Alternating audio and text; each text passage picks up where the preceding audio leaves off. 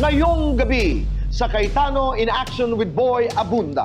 Paano kung ang pagmamahal ng ina ay nauwi sa pagkakamali? Inang dinabisita ang nabilanggong anak. Makakabawi pa ba? Wala na po sa akin pakialam ng pamilya ko. Mas ama, bakas alaan.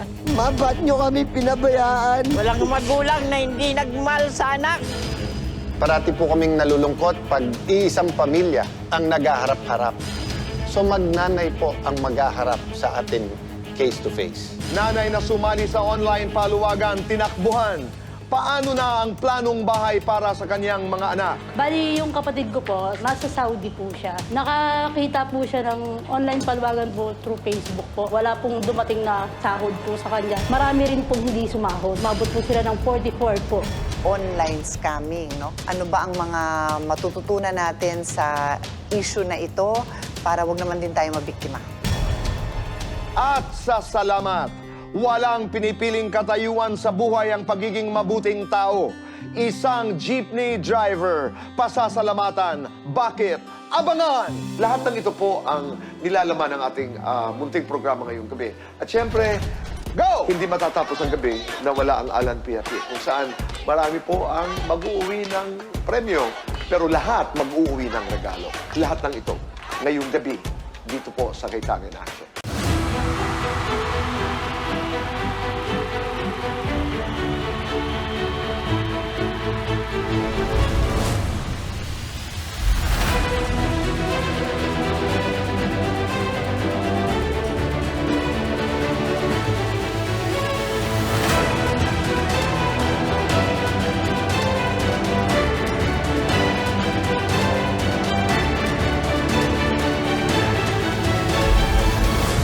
Narito sina Kuya Alan, Ako po ang inyong Kuya Alan, kakampi nyo sa batas. Ipaglalaban natin ang totoo at yung patas.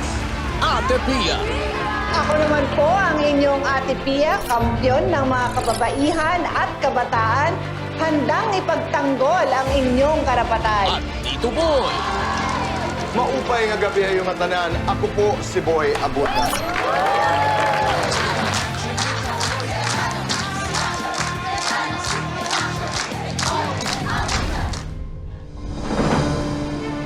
Sa CIA with BA, hatid namin ay aksyon. Nung unang pagdulog ko sa Cayetano in Action, hindi ko naman po ini-expect na ganong kabilis. After po nung nag-guest po ako sa CIA, in fairness, kinabukasan, hindi pa rin ako makapaniwala na tapos na yung problema ko. Siguro si Lord na ang nagturo. Sige, pumunta kayo dyan. Mag-text kayo dyan. Simula po nung pagka-text ko pa lang na, Sir Larry, okay na yung anak ko susunduin na, biglang i-reply sa akin, papunta na kayo. At dahil kasama ko sila, naasikaso nila at wala pang isang linggo, nahulugan agad yung mga wala pong fulog sa SSS. Natapos na rin yung ilang taon na inaantay ko na makuha yung Form 137. Handog namin pangmatagalang solusyon. Aside from din po doon, yung binigay sa akin na business na naunang kabuhayan na inumpisahan ko, talagang kinarir ko kinabukasan. Sunod-sunod pa po yung pagbibigay niyo po sa akin ng tulong sa financial, then sa gamot. Yung sa therapy ng anak ko, talagang sobrang pinagdadarasal ko yun. May puso ang usapan, kasabay ng legal na talakayan. Nung unang paghaharap po namin nila Kuya Alan at Ate Pia, medyo kinakabahan po ako. Pero iniisip ko rin po na yun ang pagkakataon kong makaharap sila. Kaya kailangan sabihin ko na yung mga gusto kong sabihin para lahat ng mga katanungan ko mabigyan nila ng sagot. Saka kailangan i-check mo daw lahat ng dokumento para hindi daw ma-scam. Yun ang naalala ko na magandang binigyan na aral nila sa akin. Talagang sobrang ramdam ko yung kung paano kayo tumulong, kung paano yung pagmamahal nyo, pagmamalasakit nyo sa mga tao. Dahil ang tulong na aming bigay ay tungo sa ikagagaan ng inyong buhay. Talagang natulungan ako, hindi lang sa financial, sa physical, tsaka yung aking pag-iisip. Nawala po yung question na, malaking question sa akin na iniisip ko baka cancer, yung mga ganun. Malaki din po ang naitulong talaga ng CIA sa akin. Tahimik na po ngayon yung buhay ko. Sabi ko nga, kahit tumanda siguro ako, kahit tumanda yung mga anak ko. nakakabit na yung pangalan ng CIA. Hindi na mawawala yun. Nais kong mag-thank you sa kanilang magkapatid at kay Tito Boy. Maraming salamat po talaga kay Kuya Alan, kay Ate Pia po, kay Tito Boy. Hindi ho talaga ako nagkamali. Napakabuti po nila. Kay Kuya Alan sa kay Ate Pia, sobrang nagpapasalamat ako. Dahil sa mabubuti niyong puso. Sabi ko dun sa mga anak ko, makapagtapos ka dyan, kasama yung CIA dyan sa journey mo na yan. Iyan ang serbisyong Cayetano in Action with Boy Abunda. Sana sobrang i-guide po kayo ni Lord. Sobrang i-guide po yung programa nyo na mas marami po kayong matulungan.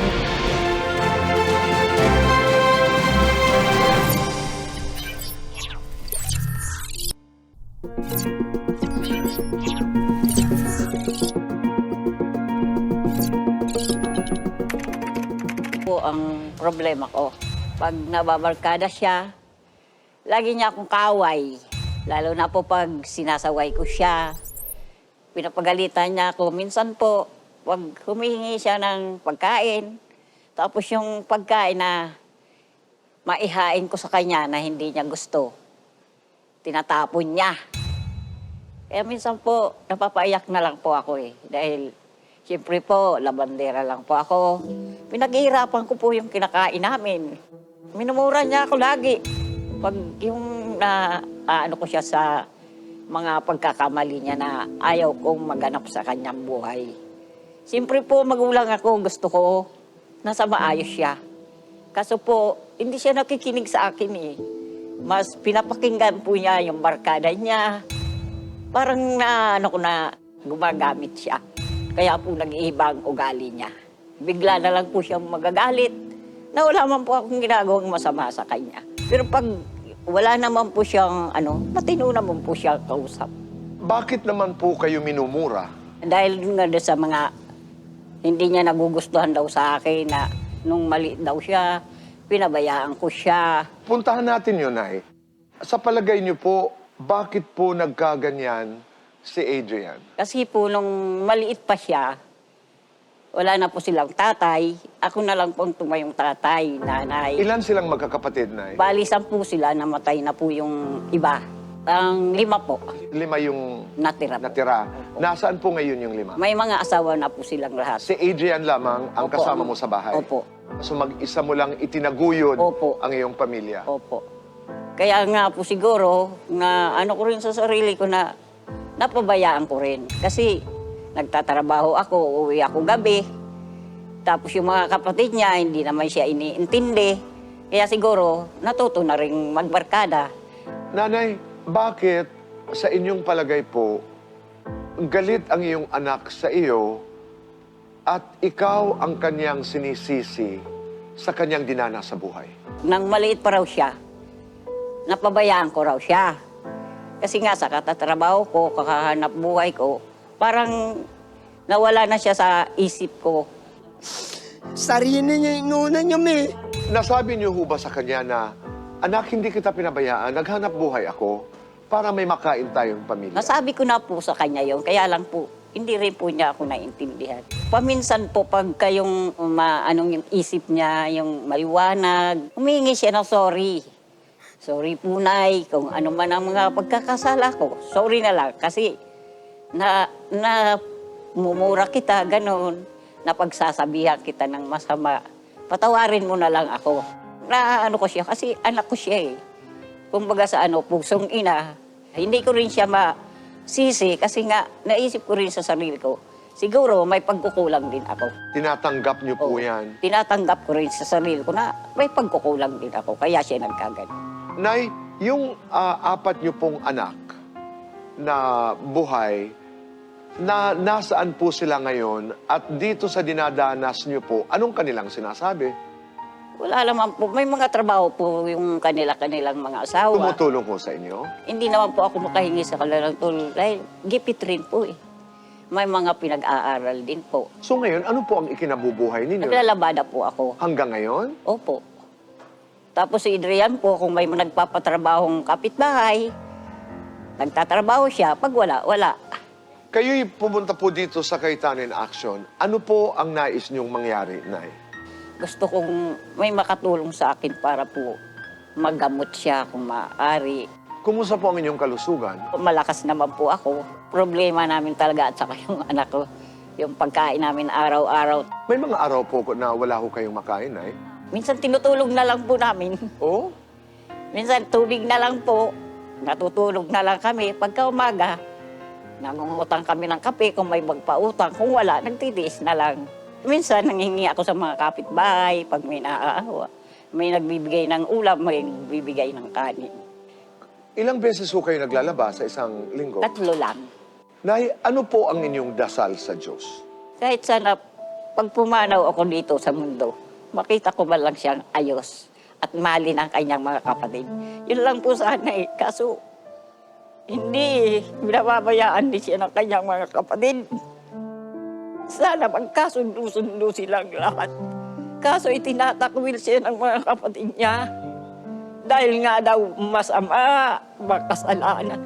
Kahit na ganun po yan, hindi ko po yan sinusukuan. Dahil anak ko pa rin. Naniniwala po ako na magbabago pa rin po siya. Dahil bata pa siya, may pag-asa pa siya.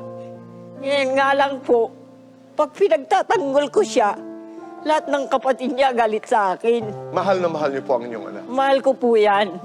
Kahit sino po sa mga anak ko, wala akong itinakwil.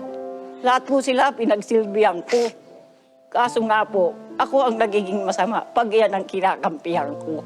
Kasi po wala siyang asawa. Sino pong mag-aaral sa kanya? Kahit po sa gabi, sa pagtulog ko, umiiyak ako, hinihingi ko sa Diyos na sana magbago ang takbo ng buhay niya.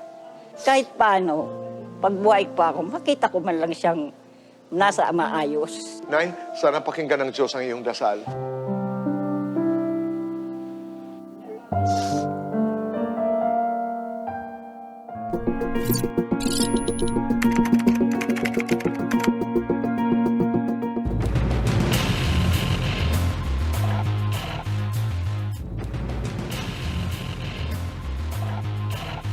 Adrian, narinig mo ang sinabi ni Nanay Evelinda. Ano ang laman ng puso mo? Ano ang nais mong sabihin? Habang nakikinig po ako sa mga sinasabi ng magulang ko eh. Wala po akong naramdaman na pagmamahal ng isang ina. Nasa gitna akong nitong pinagdadaan ng hirap. Tumayo pong yung amat nina po sa amin. Isang kuya po na maaga pong nawala. Kaya ganun na po yung pakiramdam ko, galit ko sa magulang ko. Saan ang gagaling yung galit na yan? Dahil wala po nga siya eh. Wala nga po akong nadamang isang magulang eh, isang ina eh. Sabi ni Nanay Evelinda, siya'y nagtatrabaho, siya'y naglalabada para kayo'y maitaguyod, para may makain. Sa ibang kapatid niya po, sa ibang kapatid ko po, sa ibang anak niya. Sa akin, wala. Nung bata ka pa, yun na ang iyong pakiramdam? Batang-bata po ako niyan yung sold. Maaga po akong nabilibid. Okay. Maaga po akong Boystown. Nauna po ako ng Tanay. Back to jail na po. Wala na po sa akin pakailan ng pamilya ko. Yun na po, sinisilip. Mayroon akong pakialam. Hindi lang ako makapunta sa'yo dahil malayo. Hindi ko kaya mag-isa. Hindi ko na po naramdaman eh. Meron silang kapatid sa loob, isang anak. Naghihintay ng bunso niyang anak. Kaya boy, kahit 5 butas, hindi ako humingi ng tulong sa pamilya ko eh. Ilang taon na ako nagdusa sa kasalanan. Pinanindigan ko eh. Hindi ko nga siya kilala eh. Napabayaan kita. Tinatanggap ko naman yun eh. Paglala kung ganyan na siya, matanda na. Hindi niya nga ako kilala eh. Paglala ko, ganito na ako. Hindi niya ako kilala yung bunso niyang anak, ganito na. Hindi ko nadama kasi aboy kahit birthday ko eh. Wala akong sa'yo eh. Huwag nagkalungkutan at galit. Sa pamilya ko at sa mga barkada nang iwan sa akin. Pinabayaan ako. Naging matatag ako. Tumayo ko sa sarili kong paa. Tinuring kong pamilya mahal. Kasama ko sa loob. Hindi kita pinabayaan. minahal kita. Pinakita ko sa pamilya ko na kaya ko. Kahit wala sila sa piling ko. Ma, ba't nyo kami pinabayaan? Ang gusto ko lang magbago ka. Mga nangyari sa atin na hindi na may babalik yun. Alam ko, naging pasaway akong bunso. Hindi ako nakinig. Naalig ako sa ng barkada. Ay, nagsalita na ako. Nagpunta ang pasuyuan. Hayaan mo siya para madala siya.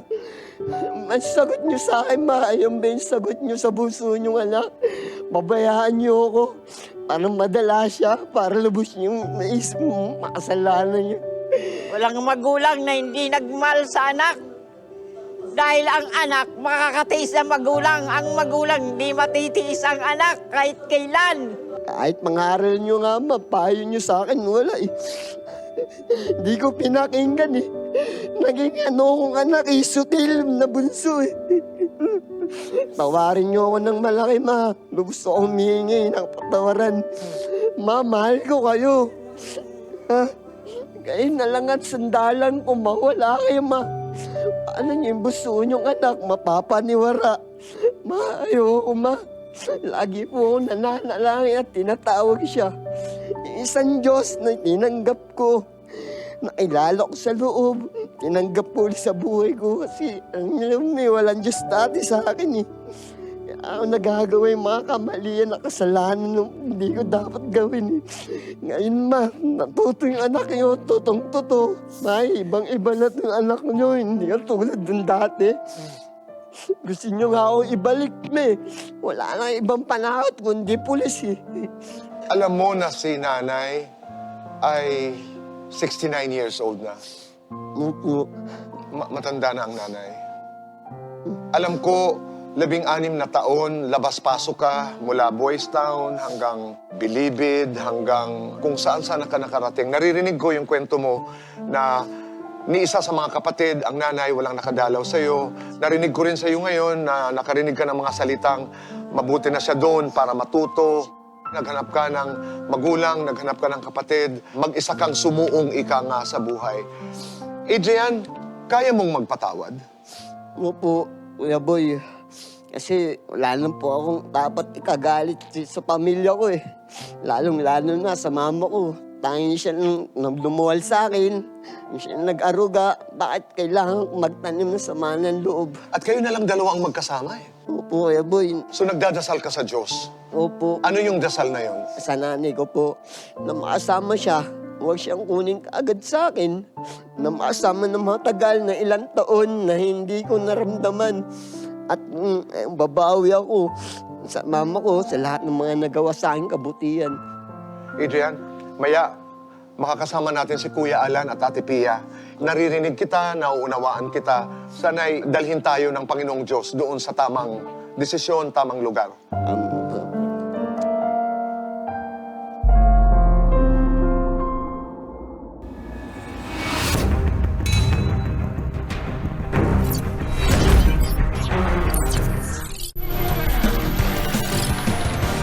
Nandito po tayo sa Face to Face at narito po si Nanay Evelinda at ang kanyang anak na si Adrian. Adrian, Nanay Evelinda, si Ate Pia po at Kuya Alan. Minsan may mga tao, isa, dalawa lang pagsubok ang pinagdaanan. Hindi ko po ma-imagine na mamatayan ng 5 anak, mamatayan po ng asawa, problema kay Adrian. Ikaw naman, Adrian, hindi ko nga ma-imagine makulong ng 5 araw. Pero anong edad mo nung una kang nakulong? 9 po. And then totally more or less 16 years, no? Nay, anong gusto niyo mangyari? Gusto ko po sanang magamot yung anak ko na magbago siya, na magkaroon siya ng magandang buhay. Kahit na hindi siya nakapag-aral, magkaroon lang siya ng buhay na makita kong nasa maayos. Ikaw naman, Adrian, anong gusto mo mangyari? Anong maitutulong namin? Para sa mama ko na lang po na matulungan niyo po kami. Sira-sirang bubong po namin na butas-butas. Ma-plywood po na mapurok. Nalabagsakan na po ang mama ko. Gusto ko pong isang guni po ilapit sa inyo. Para sa bahay po namin, napalitan ng mga bagong bubong, kahoy. Dahil pag natutulog po kami, malakas na ulan, bagyo, Binaba po kami kasi sahig lang po kami natutulog eh. Ano po ang makakatulong? Dahil sa buhay na ganito, na hindi na may babalik po.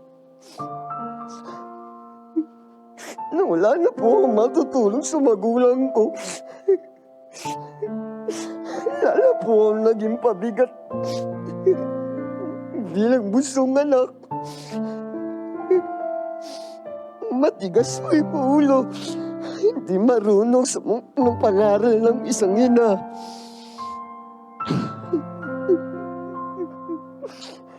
Lubos po akong nagsisisi sa mga pinagdaanan ko. Gusto ko pang lubos na malaman ng mga tao. Huwag nila ako tutularan. Huwag nila ako ganun ng magulang nila. Ginagawa ko po sa magulang ko na lumalaban. Lubos po ako nagsisi sa mga ganang bagay. Lubos po ako humingi ng malaking kapatawaran sa magulang ko. Lubos po akong humingi na sana lubos po akong patawad ng magulang ko at lalong sa itaas. Unang hinihingi mo, maayos man lang ang sitwasyon nyo. Bahay nyo, tulugan, at siguro pagkain. Nasabi na ng nanay mo kanina, no? Pangalawa, patawad sa nanay mo. At pangatlo, patawad sa Diyos. Madali yung sa bahay nyo. Pagkain, kahit ngayon, Nay, bago pa kayo umuwi. Oo, wala po akong hanap buhay. Pero doon nga ako papunta. Ang problema nyo, Adrian, ay lampas sa pinansyal. Kasi ang nanay mo may mga kaibigan, may mga anak na iba na ayos naman ang relationship nila kahit naghihirap. Parang pag pinapanood kita, hanggang ngayon parang gibang-giba ka. Sakit po eh. Paano mag-uumpisa na maging okay ka? Nakakabit na po yan. Ha? Hindi na may alis po sa nakalooban ko eh. Hindi maalis yon pero pwede kang palayain. Di ba, sabi mo, ayaw mong tularan ka nung iba. Oo nga po magbago, pero paano po magbabago? Wala nga po akong hanap buhay. Hindi, kung may hanap buhay ka na ba bukas, magbabago ka na ba? Dediretsuhin kita, Adrian. May bisyo ka ba? Naniniwala ka ba na pwedeng sirain niya yung pag-iisip mo? Bibisyo raw po ako, babato. Hindi naman po. Dahil sa payat ko na po to, paglaya ko. Dahil sa mga sakit na dumapo sa akin, sa loob po ng kulungan. Adrian, may mga kasama ka sa kulungan na mga mas bata sa'yo nakakulong din. Opo. Gusto mo maging magandang halimbawa sa kanila? Oo. Maaari bang kaya ka pa buhay at kaya ka pa nandito, gusto ng Diyos ikaw maging saksi sa kanila na pwedeng magbago? May mission po sa akin ng Diyos, may dahilan. Na kaya niya po akong binigyan ng kalayaan na makabawi sa lahat po. O yun, alam mo naman pala eh. So, pwede ba tayo mag-umpisa, magpapa-rehab ka? Ang rehab hindi kulong ha, doktor yun. Kasi ang problema nga, Adrian, halimbawa may trabaho ka na. Saan mo gagamitin pera mo? Sa nanay ko lang po. O yung sweldo mo kay nanay dediretso? Hindi, sa nanay ko lang po. Tulungan niya lang po. Adrian, tutulungan namin nanay mo eh. Pero ang nanay mo, ang ikamamatay niya, yung makitang hindi ka okay. Kasi ang inaalala niya, pag nawala siya, sinong mag-aalaga sa'yo? Wala na po. Paniwara na pong anak. Hindi ko po alam saan po akong pupulutin. O ayaw mo bang pulutin ang sarili mo? Hindi ko po alam saan po ako pupunti. Pero tingin mo, kaya mo pa magbago? Opo. Tingin mo, may pag-asa pa? Opo. Pag nanonood ka ng sine, Adrian, tinatapos mo ba hanggang dulo? Hindi. Natapos po. So lahat ng storya may katapusan. Opo. Ano storya ni Adrian? Barkada, nakulong, patay? O ang storya ni Adrian ay Lansang. 9 na anyos lang, lahat ng pwedeng ibato ng mundo, tinanggap niya. Pero ilang taong ka na? 33 po. Pero dahil sa pananampalataya sa Diyos, nagbago yung buhay ni Adrian. Willing ka na magpatingin sa doktor at bibigyan ka ng advice. Opo. Adrian, tumalikod ka nga, patingin ng t-shirt mo. Ikaw ba ang pumili ng t-shirt na yan? Regalo po ni Mama. Napansin mo ba, pag tama ang tingin mo, ang mababasa mo, miracle. Pag mali ang tingin mo dun sa taas, wala kang mababasa. Ikaw yon. Pag inayos mo paningin mo, magkakaroon ka ng miracle. Rinding-rindi na ako eh. Dahil ng utak ko eh. Naranasan ko sa bilibid eh. Ang ingay eh. ng buhay ko maging dinubyo. I don't think matatapos to ngayon. But gusto kong subukan, Nay. Gusto kong tatlo ang gawin, no? Una, papuntahan yung bahay niyo, ayus-ayusin. Pangalawa, kahit for a few weeks, a few months, yung kakainin niyo. Pangatlo, a professional counselor, makausap siya. Naintindihan ko naman na trauma siya na ayaw niya magpa-rehab. Pero kita mo naman, Nay, gusto niyang magbago. Hindi na lang niya alam paano. Kanina nung pinag-uusapan ni Kuya Alan yung miracle, may gusto kang sabihin, Nanay. Kuya Alan, nung maliit pa yan, pinukpok din yan dito. Nakita namin yan sa kalsada, pinagkakaguluhan. Kasi patay na raw, patay. Tapos yung dinapot namin po siya, patay na siya. Pero nagkaroon po siya ng buhay uli nung maidala namin siya ng ospital. Kaya nung nakita niyo yung t-shirt na Miracle, naisip niyo na bilhin para Binili ko po yun sa ukay. Kaya nga sabi ko, sana maghimala ang Diyos. Yun lang ang pag-asa ko, yung nasa taas. Nanay Evelinda, hanga po ako sa inyo na sa edad niyong yan, puso ng isang ina ang umiiral sa inyo, no? Hindi sarili niyo iniisip niyo, kundi yung kapakalan ng anak niyo. Nangailangan talaga ang anak niyo ng professional na tulong. Mabigat din nang nangyari sa kanya na nawala siya sa piling niyo, di ba? Bata pa lang. Tapos nandun pa siya sa lugar na kasama ng mga ibang batang. Nagkaroon ng problema din sa batas.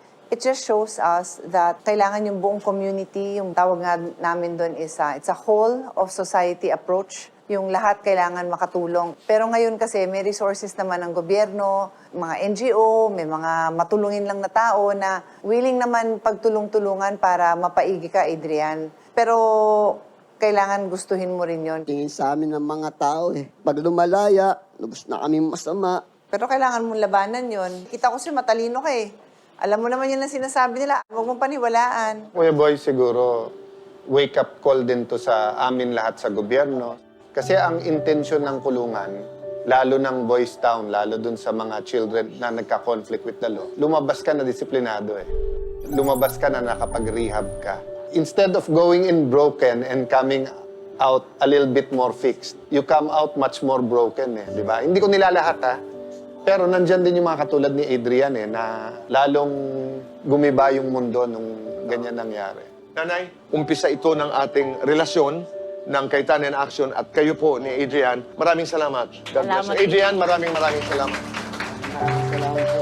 Sa ating pagbabalik po, para sa pamilya na naman ang kwentuhan natin.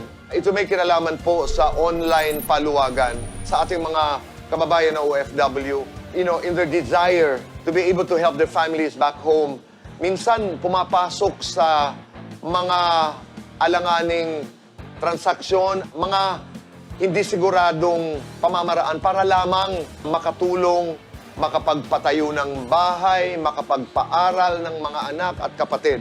Ito po yung ihihingi ng payong kapatid ng ating bisita ngayong gabi. At ito'y magaganap po sa pagbabalik ng Cayetano in Action with Boy Abunda.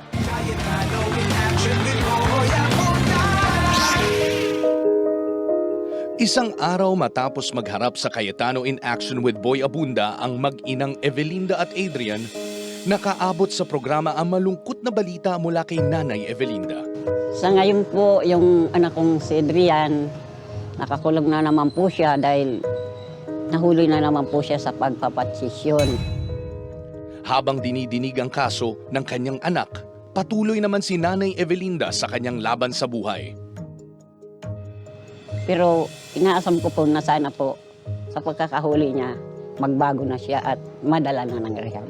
Saan may mga tumutulo? Ayan, lahat yan tumutulo. Yung mga nilagyan ko ng pagka yung uulan naman, lahat ng tubig andito na, hindi ka umiga.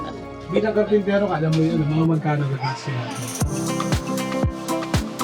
Matapos maestima ang mga kailangang materyales para sa pagpapaayos ng kanyang bahay, sinamahan siya ng Team Cayetano in Action para mamili ng mga kinakailangan para agad masimulan ang pagpapagawa ng kanyang tirahan. Ang tinupad nila, Kuya Alan, yung hiniling ng anak ko na mapalitan yung bubong. Masaya po ako. Bukal sa puso ko po. Gusto ko nga po sanang yung pag nakapunta uli ako, gagawa ako ng mga kakanin, pagbibigay ako bilang pasasalamat.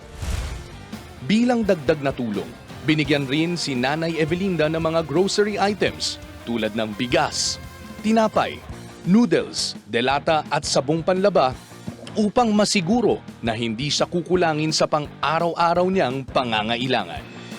Masayang masaya, parang nabawasan ako ng kunting suliranin. Parang nabawasan yung aking mga dalahin, ganun.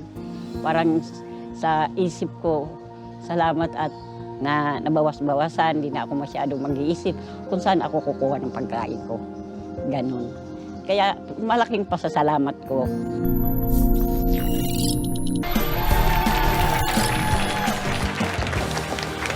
Mga Mars! Sali kaya tayo dito sa online paluwagan. Bukod sa makukuha mo yung hulog mo after 8 months, may free giveaways na appliances. Ano na naman ba yan? Okay yun, ha? Oo, diba? Eh, sa bangko nga, pagkatapos mo mag-ipon ng 1 taon, barya lang interes. Teka, saan yan? Sa Facebook? Oo. Naku, kayo nagpapaniwala dyan. Daming scam dyan eh. Ano ba? Ay, feeling ko tuloy na scam din yung hihingi sa atin ng payong kapatid na OFW. 8 months na kasing naghulog si Nancy sa paluwagan para sa OFW. O, ano ang ending?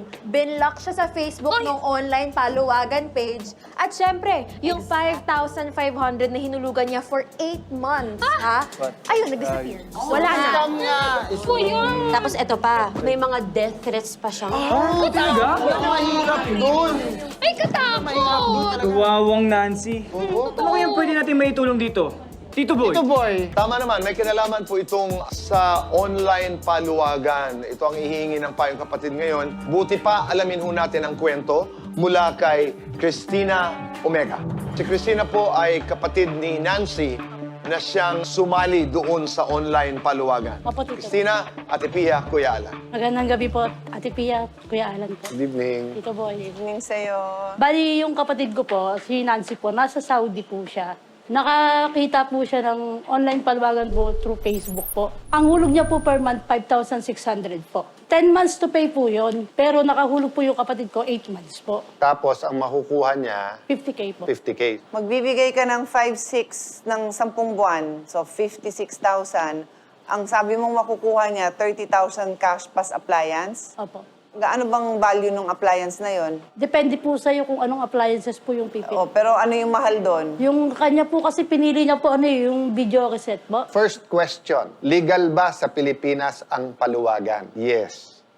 Allowed yon. It's not contrary to law. But yung traditional nga na paluwagan, walang interest yon. Yung paluwagan, kaya hindi mo kinukunan ng lisensya, technically, parang ano yan parang pinahawakan mo lang. Kung naibigay sa kanya ang 50,000, 30,000 cash, and 20,000 worth of appliances, hindi siguro kayo nagrereklamo ngayon, di ba? Ano nangyari at nagrereklamo kayo? Ang sahod niya po dapat March. Nung November po, umuwi yung kapatid ko. Nung daw po, nakikiusap daw po siya sa paluwagan nila na hindi po muna ako makakahulog kasi uuwi po ako, ayusin yung kontrata ko. Pagbalik ko, Tuloy na naman. tutuloy ko na lang po. Nakaalis na po ulit yung kapatid ko, nakabalik na po. Nag-demand po yung paluwagan na double pay, yung ibibigay. Nakahulog po siya double, dalawang magkasunod. Yung isang pagdating niya po doon, naghulog po siya kasi nakiusap siya sa amin niya. Nung sasahod na siya, tumawag po siya sa akin. Ate, abangan mo dyan, March 25 darating yung video set ko kasi sasahod ako sa paluwagan.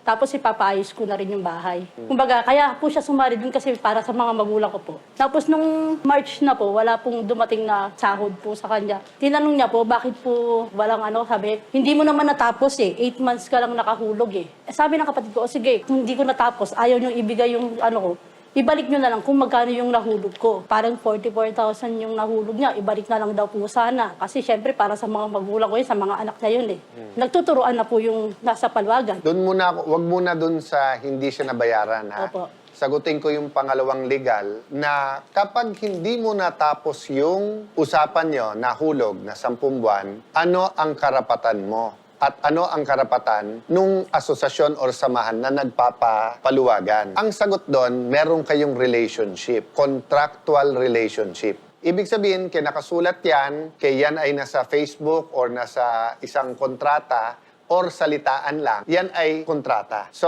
ano ang mag-guide sa inyo? Yung usapan nyo or yung contractual obligation nyo. So dun sa tanong ng kapatid mo, ibalik, tama siya. Wala naman sa usapan siguro at wala naman siguro papayag na pag hindi mo natapos, forfeited na lahat yon, di ba? So ang masusunod dun yung usapan nila. Kung walang usapan, ang default dun yung batas. So usually may batas dyan, kung magkano dineposit mo, kung balik. Kung walang batas, then kung ano yung reasonable. Babalik ako dun sa ngayon na hindi ngayon sinole. So pag hindi sinole, wala mo ng krimen, then you can file a civil case to recover the money. Pero kung may krimen, kailan nagkakaroon ng krimen? Kapag ka may intent ka na lokohin. Pero pagka ganyan, nangolekta, tapos pag hinanap mo na, hindi mapaliwanag sa iyo, nasa mind yun na, sandali, lokohan to. Ano ang isang pwedeng factor na ipakita na talagang estapador yung mga gumawa or may estapa dito? Kung hindi lang yung sa inyo ang hindi sinole. Ano bang balita nyo sa iba niyong mga kasamang Actually po, meron po akong mga papel dito. Nagtanong-tanong siya, sumahod ka na ba? Yung nauna sa kanya, sumahod ka na ba? Eto sis, sabi, gantong buwan, gantong ibabalik. Hindi pa rin ako sumasahod. Tapos, nagtanong-tanong siya sa iba't ibang batch. Marami rin pong hindi sumahod. Umabot po sila ng 44 po. 44 na hindi pa po nakakasahod. Question, nag-complain na ba kayo? Nag-ano nga po sila sa akin na sana po makahingi po ng tulong. Ang sabi naman po nila, hindi daw po pwedeng ikaso kasi wala raw po sila, nasa abroad daw po sila. Dapat meron daw pong isang pupunta rito para mag-file talaga. Sagutin ko muna yon. Pwede ba magkaso? Baka confusing sa iba to ha, kasi ang sinasabi na ang criminal law is territorial or yung jurisdiction niya is territorial. Ibig sabihin, may mga batas tayo sa kriminal na pag ginawa sa Pilipinas, dito mo sila kakasuhan. Having said that, just because yung complainant ay nasa abroad, pero kung dito naman sa Pilipinas ginawa yung lokohan, hindi ibig sabihin na hindi sila pwede mag-file ng complaint. Ang lamang pa kasi dun sa police at NBI, kung marami silang na-scam, malalim ang investigasyon nila. Kasi kung dediretso ka sa limbawa sa piskal or pwede na sa police for filing and then sa piskal, ang complaint mo, yung complaint lang nung kapatid mo. Can she complain? Yes. Kung ako tatanungin mo, at kung marami kang biktima, paimbestigahan ko muna yan. At ang pulis, halimbawa, meron tinatawag na Interpol. Ito ay samahan ng iba't ibang pulis all over the world. Pati yung ibang pulis sa ibang lugar, binabantayan nila yung ganyan scam. Kasi may tendency yan manganak na maging international. Kung scam siya. Ang idadagdag ko ay para din sa mga nakikinig sa atin, iba kasi yung investment na walang pangako at iba yung investment na klaro yung maibabalik sa'yo. Yun yung napaka-importante na basahin ang nakasulat doon. Kasi baka nakwento lang, kala nyo yun yung totoo. Tapos aasahan nyo yun. Wala kayong mahahabol doon pag ganon. And ang number one rule talaga is the more na malaki yung pinapangako, the more na kailangan mag-ingat. Ganun nga po nangyari sa kanila. Yun. Tapos nung nagkagulo-gulo na po sila, isang handler po, sumali yung asawa niya. Kung ano-ano nang pinagsasabi sa kapatid ko. Kaya so, malandi daw yung kapatid ko. Pokpok ka naman ganyan-ganyan. Ano bang pinagmamalaki mo? Huwag kang dyan, baka ipasalvage kita. Sabing ganun. Alam ko yung lugar kung nasaan yung mga magulang mo, yung mga kapatid, mga anak mo. Ganun Paano naparating sa kanya yon? Meron po siyang mga screenshot, mga chat po. So sa okay. Opo. Kasi iba pang usapan yan. Grave threats, di ba? Malinaw din na bawal sa batas yung ganyang klaseng mga threat. That's another reason nga na mapaimbestigahan kasi we cannot have that. And kung talagang panay OFWs ang kanilang target, then dapat yung Department of Migrant Workers at saka DFA ma-notify din. So, napaka-importante na naririnig nila to para hindi sila magaya dun sa mga naunang naakit na sumali sa mga ganitong klaseng style. Tsaka kadalasan ang mga embassy natin dun sa lugar na maraming Pilipino, meron silang financial literacy na mga seminar na ino-offer. Recommendation ko talaga sa mga kababayan natin, doon kayo mag-attend kasi doon talaga nila ito tinuturo yung kung saan maayos mag-invest, tsaka kung alam nilang may mga scam doon sa lugar, sinasabi din yon. So anyway, yun ang suggestion ko. Paalam mo lang sa kapatid mo kung okay sa kanya. Pasasamahan namin kayo quietly sa PNP at saka sa NBI. We'll find out saan mas mabuti sa sitwasyon na to. We'll try to delay ng konti paglabas nito. Baka may finding na sila by the time na ilabas natin yung show. In the meantime, pakiusap ko rin sa inyo, kung kilala din niya yung iba at magrereklamo din, mas mabuti. At pagkatapos ito ay meron tayong mga kasamahan na makikipag-usap sa iyo para malaman natin kung ano ang mga next steps. Maraming salamat. Isang napakabuting tao naman ang ating taus-pusong pasasalamatan. dahil sa napakabuti niyang ginagawa para sa kapwa. Dito lamang po sa... Cayetano in action! Cayetano in action! Cayetano in action! With Boy Abunda! Matapos humarap kina Kuya Alan at Ate Pia, kinausap ng legal team si Christina. Kinakailangan niyang kunin ang lahat ng mga nagrereklamong OFW at mga katibayan na sila ay naghulog. Pero walang nakuhang pera sa takdang araw ng kanilang sweldo. Isang class suit action ang ihahanda laban sa OFW online paluwagan. Patuloy na tututukan ng programa ang kasong inirereklamo ni Christina. Ngayon, nakikita ko naman po na malinaw naman po na matutulungan na po tayo at para matulungan na po yung ginawa po sa kanila. Cayetano in Action with Boy Abunda would like to thank Siomai King, ang hari ng siomai. JC Organic Barley, live healthy, choose good life. And Seimada from La Luna Cafe. Come home to a delicious tradition. We're located at 103 ML Quezon Avenue, Hagonoy, Taguig. 7.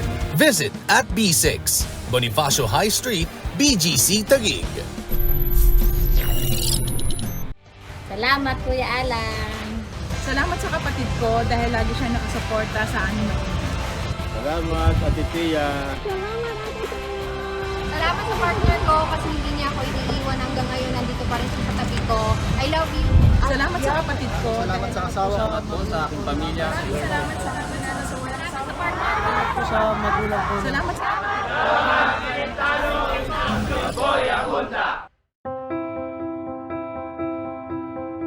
Sa biyahe ng buhay, iba't ibang tao ang ating makakasalumuha. Ang ilan, unti-unting nagpapalaganap ng kabutihan sa munti nilang paraan. Ito ang kwento ng isang jeepney driver na naghahatid ng saya sa mga pasahero niya. Ating kilalanin si Ivan Cotas.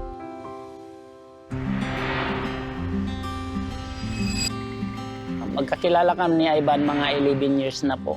Ang pagkakilala ko kay Kuya Ivan, masyado siyang selfless. Masyado inuuna niya muna yung iba bago yung sarili niya. Bago mag-lockdown, doon ko po siya nakilala ng gusto. Wala kaming hanap buhay, bawal lumabas. Nag-design po ako nga, yung jeep ko, service namin mamili ng isda. Wala siyang kita. Pag-uwi, di sinamahan ko. Yung pala, pag yung mga walang pagkain, binibigyan din niya. Sabi niya, wala kaming pambili. Utang na lang o wala. Sabi niya, siguro libre na lang. Ubos yung paninda. Minsan umuwi, 300 lang yung tubo, 200. Sabi niya, basta may pangkain lang tayo, okay lang. Makatulong man lang tayo sa walang wala. Sabi ko, labis kong pagpasalamat sa kanya nga, ganyan siya sa mga tao.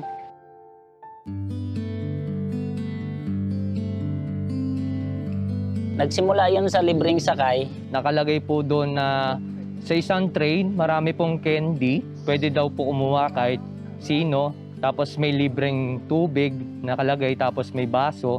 So doon ako namangha, may ganun palang jeep. Tapos may libreng sakay din po sa kanya. Libre yung senior, libre yung mga estudyante, bata. Sa tingin ko, ginagawa niya yon dahil sa likas na kabutihan niya ng loob. Masarap pang pakiramdam din kasi masarap naman pakiramdam pag nakakatulong ka sa kapwa mo eh. At saka siya, kahit mga pulubi, pag pinapasakay niya, pag sumasabit, maraming nasabit, pinapapasok niya yan sa loob. Tapos binibigyan, ito, pagbaba niyo, binibigyan niya 20. Pangkain niyo yan ha. Ganon siya kabuti. Para sa akin, yung impact sa community is makikita na meron pa rin good Samaritan. Kahit na mahirap yung kalagayan niya, nakakatulong pa rin siya sa mga kapwa mahihirap niya. At mas mahirap pa sa kanya. Nagpapasalamat ako kay Ivan dahil sa kabutihan nga mga ginagawa niya hanggang ngayon. Nagpapasalamat po ako kay Kuya Ivan dahil sa kanya, nakita ko na meron pang natitirang mabuting tao na hindi tumitingin sa kalagayan ng estado ng buhay para makatulong.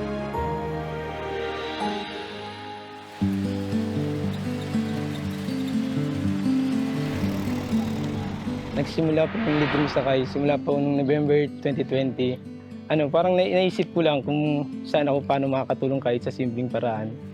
Kasi naghahanap lang din ako ng paraan kasi nga ayun lang yung hanap buhay ko eh. Jeepney, kung paano ako makakatulong kahit sa simpleng paraan, yung mapapasaya ko yung mga pasahero ko, yung mga sasakay sa jeep. Tapos ayun nga, nagsimula na siya. Bumili na ako din sa supermarket ng mga face mask, face shield. Tapos nakita din kasi ako ng mga candy. Yan, mga candy, mga chocolates candy, mga chocolate, mga biscuit noon. Tapos mineral water. Parang, ayun, bumili noon.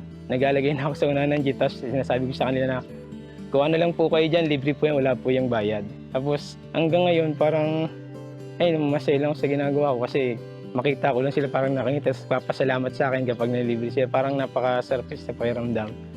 Tapos ginagawa ko, dinadaan ko lang sa dami ng ikot para yun, parang malugunan ko siya yung ginagawa ko. Yung senior kasi noon, naalala ko, laging mamiti ng ulo. Parang naisip ko na ilibre ko na lang sila. Tapos yung mga PWD kasi sila nagmaneho ako, hindi talaga ako nanilang person with disability pag nakikita kong, lalo pag nakita ko talaga, sinasawali ko talaga yung binabayad nila. Tapos yung buntis kasi nga, ang tagal na nung asawa kong 11 years na kami noon, may hindi pa kami nagkaka-baby. Parang isinama ko na din talaga siya, yung mga buntis kasi swerte yung para sa akin. Yung 2 years, 5 years, nagpa 5 years na parang hina na siya. Tapos pati ako na, kakaanak pa ba tayo? Noon, may magti 10 years na kami yun na akala talaga namin wala na kaming pag-asang dalawa. Tapos, pero ang ginagawa lang talaga namin yung palagi talaga kami nagdadasal parehas niyan. Hindi namin nawawala sa amin yun. Talagang kinakausap namin si Lord na na sana bigyan niya kami kahit isang anak. Tapos, nga po, hindi namin din akalain na nung pinag-college ko po kasi yan pagkatapos po niya ng college, may 30. Mga ilang araw po, mga 5 days po yata, nalaman po namin na nabuntis siya. Kasi sa pinakamasayang araw namin kasi nga, alam mo yun, sa 11 years mahigit na nagsasama kami, wala kaming baby. Hindi na kami umaasa talaga pero nagdadasal pa rin kami palagi. Doon tuloy siya dumating. So yun, meron akong 2 months old na baby. Sobrang sarap siya, parang lalo na yung nakita ko na yung anak ko nung nilabas. Tagal ko na talagang pangarap siya eh. Sobrang tagal na yun, parang naging pangarap tuloy namin na natupad. Siguro po yung naging sikreto namin yung tumawag po palagi sa taas kay Lord. Kasi kung wala po yung lagi sa gitna namin siguro baka matagal na kaming magkaiwalay. Hirap din kasi nung wala talaga kayong anak na sobrang tagal nyo na. Tapos, alam mo yun, hindi mo akalain na hingi sa kanya ng tapos hindi agad na pero hindi kami sumuko. Talagang, nagdadasal lang talaga kami sa kanya palagi. Siya rin ginawa namin talagang sa gitna namin para hindi kami magkahiwalay talaga.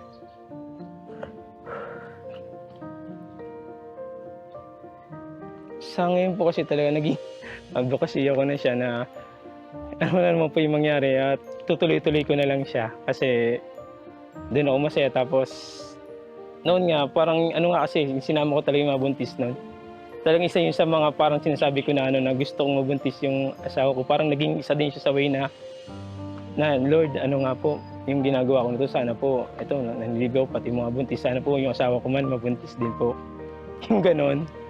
Kaya parang siguro hanggat nagmamaneho ako, tutuloy ko lang siya. At sa ngalan ng lahat ng mga natulungan ni Ivan, ito ang aming munting sorpresa. Dear Ivan, nagagalak ang aming puso na malaman na may isang taong katulad mo na sa kabila ng personal na laban sa buhay, nagagawa mo pa rin tumulong sa kapwa, na may dumami pang mga taong may mabuting puso tulad mo. Kaya kasama si Ate Pia, Tito Boy at sa lahat ng bumubuo ng Cayetano in Action with Boy Abunda, lubos kami nagpapasalamat sa iyo. Nagmamahal, Kuya Alan Cayetano. PS, maaari ka ba naming maimbitahan sa studio upang personal na mapasalamatan? Salamat din po sa Cayetano in Action with Boy Abunda po. Salamat po at ini-invite niyo po kami sa studio niyo, Senator Alan Peter Cayetano, Senator Pia. Salamat po. Sige po, pupunta na lang po kami kung sakasakali. Salamat talaga. Medyo Masaya talaga ako kasi yun nga, napansin nila kahit simpleng bagay na nagagawa ko, napansin nila yung salamat. Please welcome Mr. Ivan Cotas. Ivan, maraming salamat. Magandang gabi po. Ate Pia, Kuya Alan. Hello, Ivan. Hello po, Ate Pia, Kuya Alan. Magandang gabi po sa inyo. Ivan, itong portion nung segment nung show na to ay pinagmamalaki namin, di ba? Mga ordinaryong tao doing extraordinary things, di ba? And nung off the air pa tayo, tinatanong kita, di ba? Kailan mo sinimulan tong project na to? November 2020 po. Kasagsagan ng Lockdown pa po noon. nung pandemic. Opo, pandemic po. Kaya lalo akong napahanga at lalo ko nasabi, Kuya Boy, na extraordinary kasi sabi nga nila, di ba, pag may calamity, it brings out the best and the worst sa mga tao. The best kasi definitely hirap ka rin nun kasi wala masyadong pasahero. Opo. Tapos magbibigay ka pa ng libre. Kasi during that time, mahirap hindi isipin yung sarili mo at sarili mong pamilya. So anong pumasok sa mind mo? Bakit gusto mo pang tumulong sa iba? Kasi po yung, siguro po si Mama po, kasi yung mama ko po, maliit pa po kami. Nakikita ko po siya na, kapag yung kumakain po kami sa labas, kunyari, tapos nakita po kami ng mga batang lansang, ng matatanda. Alam niyo po yung kahit hindi na po siya makakain mo, ibigay niya lang po yung mga, yung pangangailangan ng mga tao na yun. Na yun po yung parang naging inspiration ko po sa buhay. So ito parang tribute mo rin sa nanay mo? Opo. Ba't naisip mo yun na dumiso sa loob ng jeep mo? Bali po kasi yun na po yung hanap buhay ko. Esay ko kung nag-iisip po kung paano po makatulong kahit po sa simpleng paraan.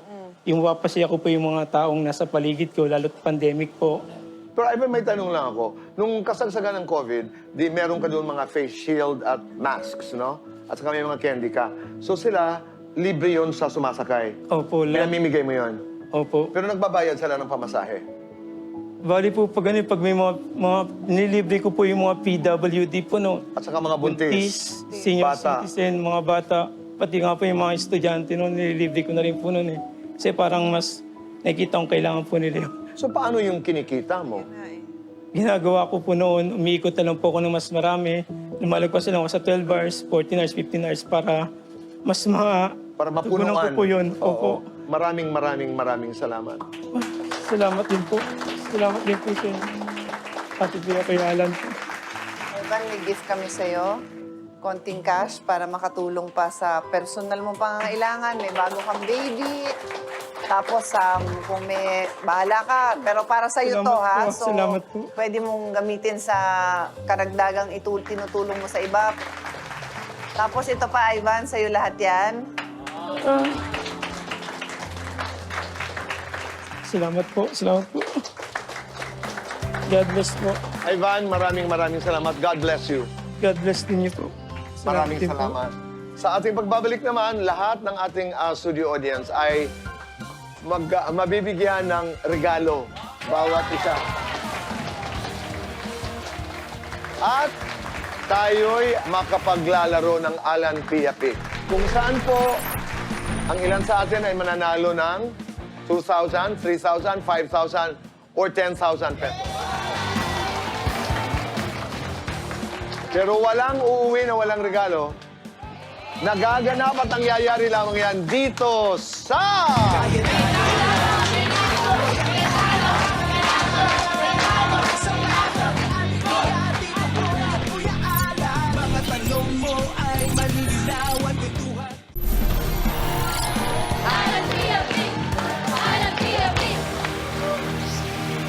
Alan Pia Pick, dito po sa Kaitan in Action with Boy Abunda. Kayo ba'y handa na manalo? Sino ang may gustong manalo ng 2,000? ng 3,000? 5,000? 10,000? Lahat po tayo. 3, 2, 1, go!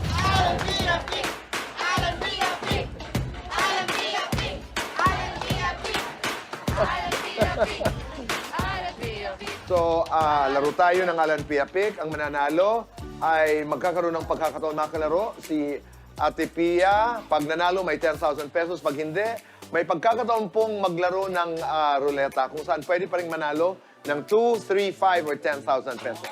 Ang hindi papala rin dito ay may consolation prize na 2,000 pesos. You ready? 3, 2, 1, go!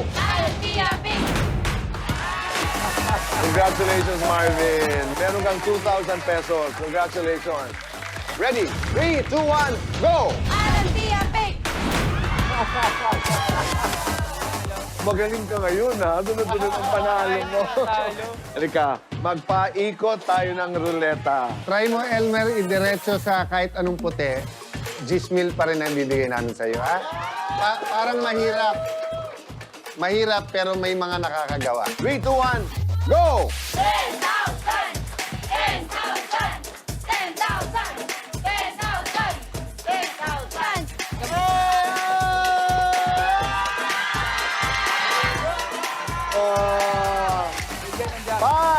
5,000 pesos! Congratulations. Maraming salamat, Elmer. Thank you very much. Sige, maraming salamat. Tayo naman po dito. 3, 2, 1, go! Ay, panalo siya. Nanalo ka ng 2,000 pesos. Maraming salamat. Ring Beverly, kayo naman po. Okay. 3, 2, 1, go! May chance pa, may chance pa. Meron pang chance. Meron pa. Eksaktuin mo sa linyang puti para maka 10,000. 10,000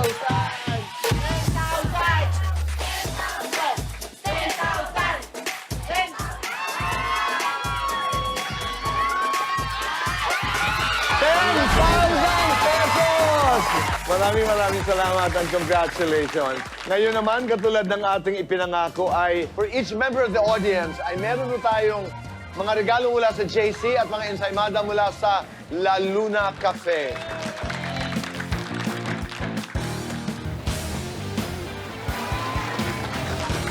Sa lahat ng ating mga naging bisita ngayong gabi, maraming salamat. Kuya Alan? Well, Kuya Boy, Ate Pia, no? Lalo po sa ating mga mahal na OFWs and of course sa lahat ng hardworking Filipinos. Hard-earned yung pera nyo at alam namin gusto nyo lang madagdagan ng konting value yung perang na kinita nyo. Pero talagang lahat ng klaseng scam nandyan. At usually, ang tinatarget pa nito kung hindi yung mga may edad na, yung mga nasa ibang bansa, we want to be of help to you, but we have to do it. And when I say we, yung programa, yung gobyerno, we have to do it with you. So yun yung akin takeaway dito sa ating paluwagan. Ako ang parati kong sinasabi, anything that sounds so easy, yung halimbawa, napakadali, kikita ka ng 10,000 ay tayo'y magduda. Well, doon naman tayo dun sa case-to-face natin, ano? Medyo sobrang bigat yung na-witness natin na problema nung magnanay. Maraming kailangan na tulong yung kanyang anak and we now live in a society na as a community, kailangan magtulungan tayo. It will take time, so we have to help each other. Ako, sa maraming bagay na nais kong sabihin, kailangan mas maingat tayo sa mga salitang sinasabi natin, sa mga anak natin, sa mga magulang natin. Dahil sa oras na mga ganito, ang naaalala nila, yung hindi magaganda. That's my takeaway. And Kuya Boy, kung napakaraming evil, dangers, napakarami pa rin good. Ito naman si Ivan, kung titignan mo, jeepney driver. Naghirap din nung pandemic, pero nakahanap ng paraan para tumulong. So, we hope that the show does not only give you the real problems you see every day and give you legal advice, but would also give some inspiration na may pag-asa nandyan lang. Maraming salamat at punong-puno kami ng gratitude. As my father, the late Compañero Rene Cayetano would always say, huwag magpapi-alamin ng batas. Kung may legal na kaalaman, mas mailalaban ang ating karapatan. Doon tayo sa tama dahil sa batas, wala po tayong kawala. See you again next Sunday. Dito lamang po sa